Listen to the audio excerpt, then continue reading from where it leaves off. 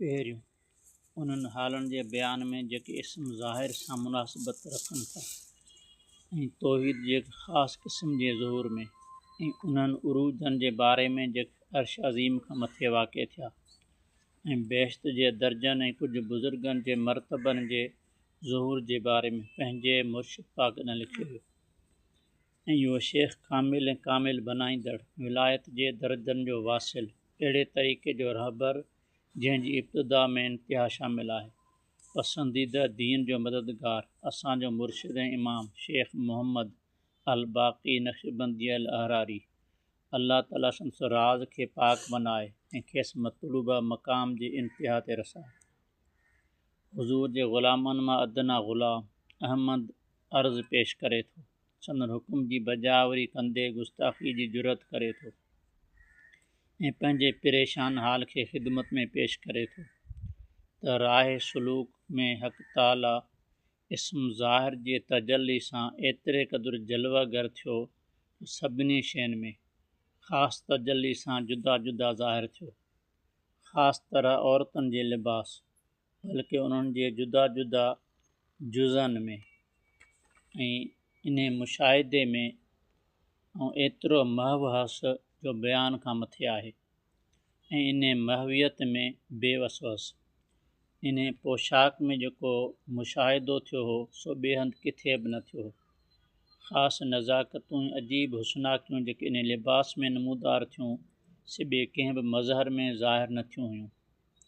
इन्हनि जे अॻियां बिल्कुलु ॻरी पाणी थी थिए पियसि अहिड़ी तरह हर खाधे ऐं पीते ऐं पोशाक में जुदा जुदा निज़ारो निर्वार थियो सुहिणाई ऐं सुठाई जेका लज़ीज़ ऐं पुरतकल्फ़ खाधे में हुई सा उन जे ग़ैर में न हुई शरबत ऐं सादे पाणी में बि इहो फ़र्क़ु हो बल्कि हर मज़ेदार ऐं मिठी शइ में हिकु कमाल जी ख़ासियत दर्जनि जे फ़र्क़ सां जुदा जुदा हुई। इन तजली जे ख़ासियतनि खे लिखत में सही नमूने अर्ज़ न पियो करे सघिजे जेकॾहिं ख़िदमत आलिया में हाज़िरी हुजे हा त शायदि मुकमल अर्ज़ करे सघिजे हा पर इन्हनि तजलियुनि ऐं मुशाहिदनि दौरान दिलि जो क़िबलो रफ़ीक़ अला यानी अल्लाह ताला ॾांहुं रहियो जेतिरो थी सघियो थिए इन्हनि ना दिलि जो लाड़ो घटि थिए रखियो पर बेवसवस ऐं लाचारी हुई।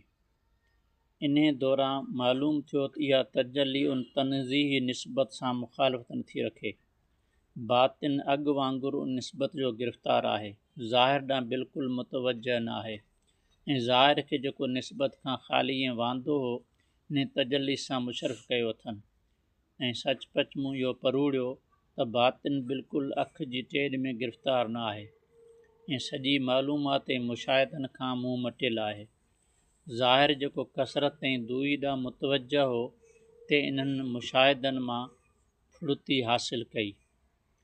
कुझु वक़्त खां पोइ इहे तजलियूं गुम थी वियूं अॻी हैरत ऐं नाफ़हमी वारी हालत मोटी आई ऐं सारत तिलकल तजलियातो कलम यकुन शयम मज़कूरा इहे सभु तजलियूं ईअं ग़ाइब थी वियूं जहिड़ो कर हुयूं ई कान उनखां पोइ हिकु ख़ासि फ़ना ज़ाहिर थी ऐं बेशक इहो तयन इल्मी जेको तयन ज़ाती जे वापसी खां पोइ पैदा थियो हो उन फ़ना में गुम थी वियो ऐं अनानियत ऐं नफ़सानियत जो को बि असरु न रहियो।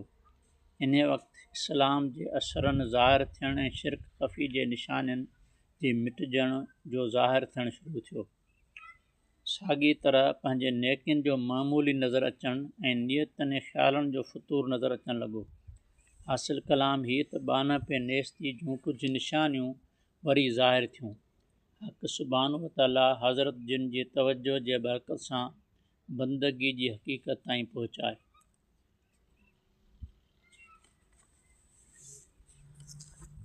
मकतूब आहे वजूदी जेके बुज़ुर्ग आहिनि इहो उन्हनि जो तक़रीबन शेवो या इहो उन्हनि जो मक़ाम आहे त माना उन्हनि खे हीअ जेका काइनात आहे इन काइनात में सिर्फ़ु अल्लाह ताला नज़र ईंदो ॿी का बि शइ नज़र कोन ईंदी आहे ऐं हर शइ में उहो अल्लाह ताला जो जलवो पसंदि आहे ऐं पोइ साईं बि इन ऐं जेको राह सलूक में अॻिते वधंदो आहे मुशाहदत दुनिया में त उनखे इहे शयूं नज़र ईंदियूं आहिनि। साईं बि उन्हनि शयुनि में जा गुज़रियो हो। सो साईं इस्म ज़ाहिर अलाह ताला जो नालो जेको 99 नाला में अलाह ताला जो नालो ज़ाहिर बि आहे, हो ज़ाहिर अलाह ताला ज़ाहिर आहे। त चवनि था त अलाह ताला एतिरो त ज़ाहिर आहे जो अहिड़ी का बि शइ उन जहिड़ी ज़ाहिर कोन्हे। अकुल वारा जेके आहिनि उहे पंहिंजे अकुल सां उनखे ॾिसनि था ऐं अखियुनि वारा वरी पंहिंजे अखियुनि सां उनखे मुशाहिदो कनि था। ॿियूं सभु शयूं उनखे नज़र कोन ईंदियूं आहिनि ऐं सभिनी पासे अलाह ताला ई नज़र ईंदो आहे। इहो अखियुनि वारनि जो मामिलो आहे। ऐं जेके अकुल वारा आहिनि उहे अकुल सां ई महसूसु कंदा आहिनि त हीअ सभु शइ कुझु बि कोन्हे। हिकिड़ी ज़रो मिटी जो ज़रो हुजे थो, उन में ज़रो ॿिज हणूं था, उहो ॿिज हेॾो वण थी थो वञे, पोइ उन में सभई मेवा तयारु थियनि था, हले छा छा ठहे थो। त इहो सभु अलाह ई करण वारो आहे ऐं इहे उनजी कुदरत आहे। इहे अकुल वारनि जो अलाह ताला खे ॾिसण जो इहो तरीक़ो आहे ऐं अखियुनि वारनि जो वरी ॾिसण जो इहो तरीक़ो आहे त हर शइ में उनखे अलाह ताला जी तजलियूं अनवार ऐं तजलियात ज़ाहिर थियनि था। ऐं पाण फरमाइनि थो जेके तजलियूं ज़ाहिर थियूं उन में जेका वधि में वधि मन मोहींदड़ जेका तजली हुई, इंतिहाई कशिश रखनि तजली हुई, जंहिं बिल्कुलु बेवस ऐं लाचार करे छॾियो, उहा तजली हुई औरतुनि जे लिबास में या पंहिंजो उन जे जुज़नि में। उन में अलाह ताला जो जेको नूर ज़ाहिर थियो, उहो उन नूर में जेका कशिश हुई उहा ॿिए कंहिं में बि कशिश कोन्हे। ऐं इन करे हू बुज़ुर्ग वरी शाइरी ईअं चवनि था त औरत में अलाह ताला जो जेको मुशाहिदो आहे उनजो सभिनी खां वधीक मुशाहिदो छो नज़र थियो त माना औरत जेका आहे सा तख़लीक़ अलाह सां ख़ालिक़ आहे।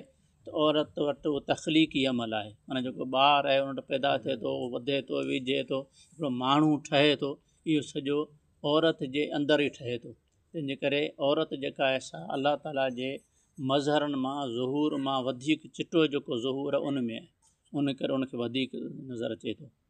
त ईअं पाण लिबास में अथनि, खाधे पीते जे शयुनि में इहो सभु उनखे नज़र आयो आहे निज़ारो अलाह ताला जो। ऐं इहो निज़ारो ऐं पोइ इहा तजली जेका आहे पाण फरमाइनि था त एतिरे क़दुरु जो बयानु करणु जीअं लिखी कोन थी सघिजे, जेकॾहिं हाज़िर हुजां हा त शायदि कुझु उन में बयानु करे सघां। ऐं पोइ पाण चवनि था इहे जेके मुशाहिदा आहिनि, इहे जेके तजलियूं आहिनि, इहे तजलियूं वजूदी आहिनि, माना वदतुल वजूद वारनि वटि आहिनि। ऐं इहो विच जो पंहिंजो आहे, सफ़र जो विच आहे। ऐं जॾहिं इन खां माण्हू अॻिते गुज़रंदो आहे तॾहिं इन्हनि सभिनी शयुनि जो इनकार कंदो त माना इहे सभु अलाह जी तख़लीक़ आहिनि, मख़लूक आहिनि। अलाह साईं जो इन्हनि सां निस्बत ख़ालिक़ खां सवाइ ॿी का बि निस्बत कोन्हे। अलाह इन्हनि जो ख़ालिक़ आहे, बाक़ी ॿी अलाह साईं सां का बि निस्बत कोन्हे। ऐं अलाह हिकु ई आहे, हर शइ में अलाह कोन्हे। ऐं पोइ त उहा जेको आहे सो पाण चवनि था त उहा तजली ख़ासि ज़ाहिर थी ऐं माना ऐं मूं इहो महसूसु कयो त मुंहिंजी दिलि जेका असां कंहिं नाम माइल कोन्हे। इहे जेके मुशाहिदा उन्हनि कंहिं मुशाहिदनि में मुंहिंजी दिलि ॾांहुं जो कोन हो तवजो, मुंहिंजे ज़ाहिर जो अञा तवजो हो, वजूद जो तवजो। छो त वजूद जेको ज़ाहिर आहे उहो हमेशह दोई ॾिसे थो, माना पाण खे सभु शयूं नज़र अचनि थियूं। इहे ज़ाहिरी जेके अखियूं इन्हनि सां सभु शयूं नज़र अचनि थियूं। त इन करे उन्हनि जो जेको दुई खां अॻे वाक़ुफ़ु हुयूं, उन करे अलाह ताला जा उनखे जेके निज़ारा हुआ से इन्हनि शयुनि में नज़र आया। बाक़ी जेका दिलि हुई सा उहा इन तशबीही तजली जे बजाए तनज़ीही तजली ॾांहुं माइल हुई। तनज़ीही तजली इहा आहे त माना हर सूरत खां, हर मुशाहिदे खां, हर नज़र खां, हर भेट खां अलाह ताला मथां आहे, अल आहे। उनजे लाइ का बि शइ अहिड़ी कोन्हे जेका हुनजी मुशाबे हुजे या उनजो मिसाल थी सघे, अहिड़ी का बि शइ कोन्हे। त इहो पाण चवंदा त दिलि मुंहिंजी जेका आहे सा उन ई तरफ़ माइल हुई, ज़ाहिर मुंहिंजे में इहे शयूं ज़ाहिर थियूं। ऐं पोइ इन ज़ाहिर थियण मां हासिलात छा थींदी आहे? हासिलात इहा थींदी आहे कि जेको ज़ाहिर आहे इन ज़ाहिर में शौक़ु वधंदो आहे, इहो इन रस्ते ॾांहुं वधीक माइल थींदो आहे, अलाह ॾांहुं, अलाह जे क़ुर्ब ॾांहुं तेज़ी सां हलणु लॻंदो आहे। जेके शुकूक ऐं शुबहात आहिनि उहे मिटिजी वेंदा आहिनि। सो पाण चवनि था त मुंहिंजो जेको ज़ाहिर हो सो उन मुंहिंजा ताक़त हासिलु कई, फुर्ती हासिलु कई, सघ हासिलु कई। ऐं पाण इहो बि चवनि था त ऐं इहे जेके तजलियूं से ख़तमु थी वियूं उन खां पोइ पाण इहो ज़िक्र कयो अथनि त तयन इल्मी तयन ज़ाती। हाणे बुज़ुर्ग जेके तसव्वुफ़ आहे उन तसव्वुफ़ में तसव्वुफ़ जो जेको असुलु मक़सदु उहो मक़सदु इहो आहे त इंसानु पंहिंजे पाण खे सुञाणे। हूं त इंसानु जेको आहे सो पंहिंजो पाण खे सुञाणण जो मतिलबु इहो आहे त माण्हू जेको आहे जीअं असीं पाण चवंदा आहियूं त असांजो साहु पंहिंजे वस में कोन्हे। ऐं इंसान जंहिंमें जेका बि सघ आहे जेका बि ताक़त आहे इहा अल्लाह ताला जी ताक़त आहे। माण्हू जे पंहिंजे तरफ़ जी कुझु कोन्हे, माण्हू जे पंहिंजे वस में कुझु बि कोन्हे ऐं माण्हू इंतिहाई कमज़ोर आहे। ऐं त इहा जेका तसव्वुफ़ आहे उन में इहो आहे त इंसान जो पंहिंजो वजूद जेको सो मिटिजी वेंदो आहे। माण्हू पंहिंजे पाण ते नज़र कोन रखंदो आहे, पंहिंजे पाण खे कुझु कोन सम्झंदो आहे ऐं सम्झो त जेको कुझु थिए पियो, जेको कुझु करे पियो अलाह ई करे पियो, सभु उन जी सां ई थिए थो। त हिकिड़ो हूंदो आहे तयन ज़ाती माना पंहिंजो ज़ात, ॿियो वरी तयन इल्मी यानी इल्मी तरह पंहिंजो पाण खे ॼाणणु, यानी पंहिंजी ॼाण हुजणु, पंहिंजे पाण खे सम्झणु, पंहिंजी ॼाण। त उहो इल्मी जेको तयन हो, इल्मी जेको तशख़ुस हो, उहो बि चए थो मिटिजी वियो ऐं अनानियत ऐं नफ़सानियत जहिड़ो को बि असरु कोन रहियो। त माना आउं कुझु बि कोन आहियां, जॾहिं कुझु बि कोन आहे त मूंखां कुझु बि कोन थो थिए ऐं जेको कुझु थिए थो इहो सभु अलाह जो फज़ुलु हुजे थो। ऐं जॾहिं माण्हू में इहा शइ थींदी आहे त पोइ माण्हू खे पंहिंजूं नेकियूं जेके आहिनि उन्हनि नेकियुनि ते माण्हुनि में फ़ख़ुरु कोन थींदो ऐं फ़ख़ुरु कोन थींदो। ऐं बल्कि वॾा जेके बुज़ुर्ग आहिनि उन्हनि खे पंहिंजूं जेके नेकियूं आहिनि उहे नेकियूं नज़र कोन ईंदियूं आहिनि, हू उन्हनि खे उहे हुन जूं पाण खे कोताहियूं उन्हनि खे नज़र ईंदियूं आहिनि। माना हू चवंदा आहिनि त जेका असां नेकी कई आहे इहा नेकी असांखां जेका असुलु नेकी करणु खपे ईअं असांखां कोन थी आहे, इन नेकी में ही ख़राबियूं थी वियूं, तंहिंजे करे इहा नेकी क़बूलियत जोगी रही कोन्हे। जो उनखे चइजे त नेकी आहे त पढ़ाइजे त जे उनखे नेकी सम्झिजे, पहिरीं त इहा नेकी ई कोन्हे, इहो गुनाह थी वियो आहे। नेकी में बि नेकी जो जेको हक़ु अदा थियो ई कोन, माण्हू गुनाह करे चुको आहे, कोताहियूं थियूं आहिनि, मूंखां ख़राबियूं थियूं आहिनि। ईअं करे माना हू पंहिंजे चङा आहियूं जेके बि सभिनी जो सम्झंदा आहिनि त असां कुझु थियो ई कोन्हे, जेको थियो आहे बंदो जेकी कुझु करे थो सो ॾोह ई करे थो, उनखां को सवाब जो अमल थिए ई कोन थो। जॾहिं इहा पोज़ीशन थिए थी तॾहिं पोइ ज़ाहिर उनखे गुरूर तकबुर इहे सभु शयूं निकिरी वेंदियूं। गुरूर तकबुर तॾहिं थियो जॾहिं पंहिंजे पाण खे माण्हू सम्झे थो, जॾहिं हू सम्झे ई कुझु कोन थो त गुरूर तकबुर बि ख़तमु थी वञनि घणो थिए थो। पहिरियों दफ़ो जेको उरूज वाक़िअ थियो, घणे मफ़ासिले तय करण खां पोइ जॾहिं अर्श अज़ीम खां मथे पहुतुसि, उतां खां बेश्त हेठि नज़र आयो। इन दौरान दिलि में ख़्यालु आयो त इन हंधि कुझु बुज़ुर्गनि जा मक़ाम ॾिसां। जॾहिं उन तरफ़ ध्यानु ॾिनमि त उन्हनि जा मक़ाम नज़र आया। इन बुज़ुर्गनि खे बि उन्हनि जॻहनि ते उन्हनि जे दर्जनि, मर्तबनि, शौक़ ऐं ज़ौक़ जे फ़र्क़ सां ॾिठमि। ॿियो दफ़ो वरी उरूज वाक़िअ थियो त मशाइख़ इज़ाम ऐं आइम्मा अहल बैत ऐं ख़ुलफ़ाए राशिदीन ऐं हज़रत रिसालत पनाह सल्लल्लाहु तआला अलैहि वसल्लम मुबारक जिन जे ख़ासि जॻह ऐं अहिड़ी तरह सभिनी नबियनि सगोरनि जा माॻ, दर्जा ब दर्जा ऐं मलाए आला जे मलाइकनि जा मक़ाम नज़र आया। ऐं अर्श अज़ीम खां मथे एतिरो उरूज थियो जेतिरो मुफ़ासिलो ज़मीन जे मर्कज़ खां अर्श ताईं आहे, या कुझु इन खां घटि। तव्हांजो हज़रत ख़्वाजा नक्शबंद क़द्दस अल्लाह ताला सिरुल अक़दस जे मक़ाम ते ख़तमु थियो। उन मक़ाम खां मथे कुझु बुज़ुर्ग हुआ, बल्कि इन साॻिए मक़ाम में हुआ पर थोरो मथे हुआ, जीअं हज़रत शेख मारूफ़ करख़ी ऐं हज़रत शेख अबू सईद खराज़ रहमहुल्लाह ताला ऐं ॿिया कुझु मशाइख़ इन मक़ाम जे तरे में टिकियल हुआ। ऐं कुझु मशाइख़ इन मक़ाम में हुआ पर थोरो हेठि, जीअं शेख अलाउद्दौला ऐं शेख नजमुद्दीन कुबरा।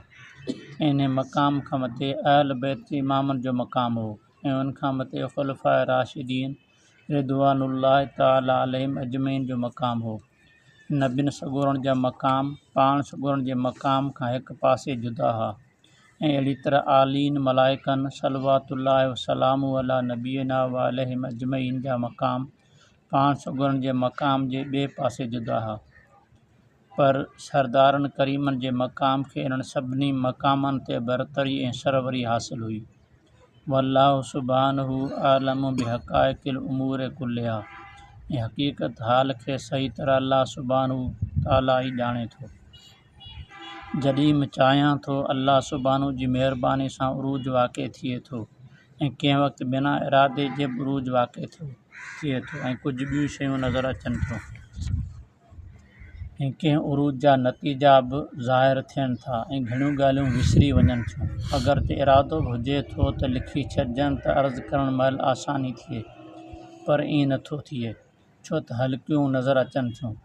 लिखनि त लिखण जी जाइ ते रहियो, मुर्गो उन्हनि खां इस्तग़फ़ार करण लाइ दिलि चवे थी। दरख़्वास्त लिखण वक़्तु कुझु ॿियूं शयूं यादि हुयूं पर पोइ विसरी वियूं ऐं लिखी न सघियसि, वधीक गुस्ताख़ी जी जुरत न करे सघियसि। मुल्ला क़ासिम अली जो हाल बहितर आहे। फ़नाइयत ऐं इस्तग़राक़ जो ग़लबो आहे। जज़्बे जे सभिनी मक़ामात खां मथे क़दम रखियो आहे।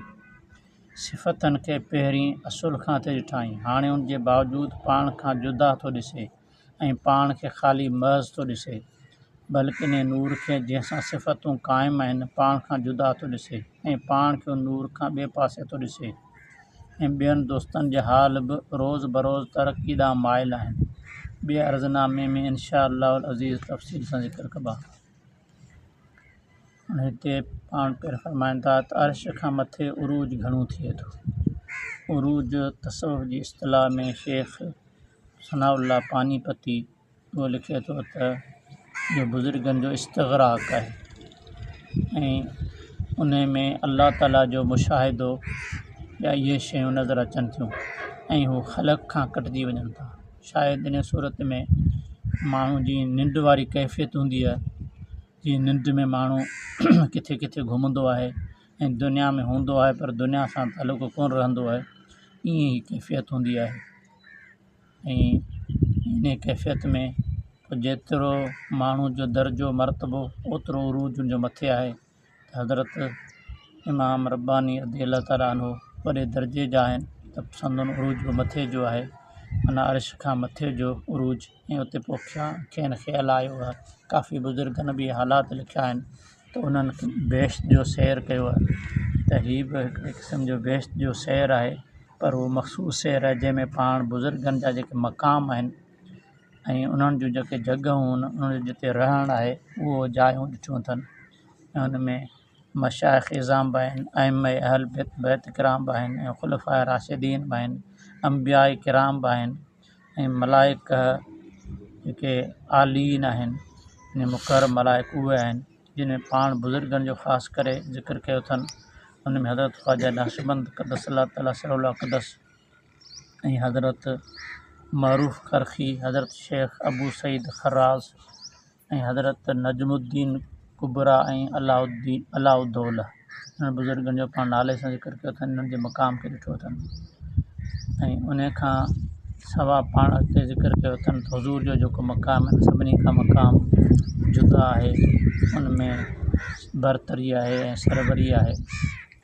ऐं उन खां पोइ पाण पंहिंजे उरूज जे बारे में ॿुधाइनि था त उरूज वक़्त जो पाबंद कोन्हे, जॾहिं बि आउं चाहींदो आहियां त उरूज थींदो आहे, कॾहिं कॾहिं बिना चाहिण जे बि उरूज थी वेंदो आहे। ऐं पोइ पाण इहो ॿुधायो अथनि त उन उरूज में जेके शयूं नज़र अचनि थियूं, उन उरूज खां पोइ जीअं माण्हू ख़्वाब ॾिसंदो आहे त ख़्वाब खां पोइ जेकॾहिं माण्हू बिस्तर ते सुतो पियो आहे ऐं यादि कंदो आहे पोयां वेंदो आहे त पोइ उन वक़्तु ख़्वाब जूं ॻाल्हियूं उहे माण्हुनि जे ज़हन में जीअं ताज़ियूं हूंदियूं आहिनि त अची वेंदियूं आहिनि, पर जेकॾहिं थोरो छॾे ॾींदो आहे त विसरी वेंदो आहे। त हिते बि असांजी कैफ़ियत थिए थी त पाण चाहिनि था त बर वक़्तु मूंखे ख़्यालु थींदो आहे त कुझु नुकात वग़ैरह आउं लिखी छॾियां, पर पोइ लिखजनि नथा। ऐं काफ़ी अहिड़ियूं ॻाल्हियूं आहिनि जेके अर्ज़ु करण लाइ दिलि कोन थी चवे, ऐं छो त उहे लॻे थो त उन खां इस्तग़फ़ार करणु खपे।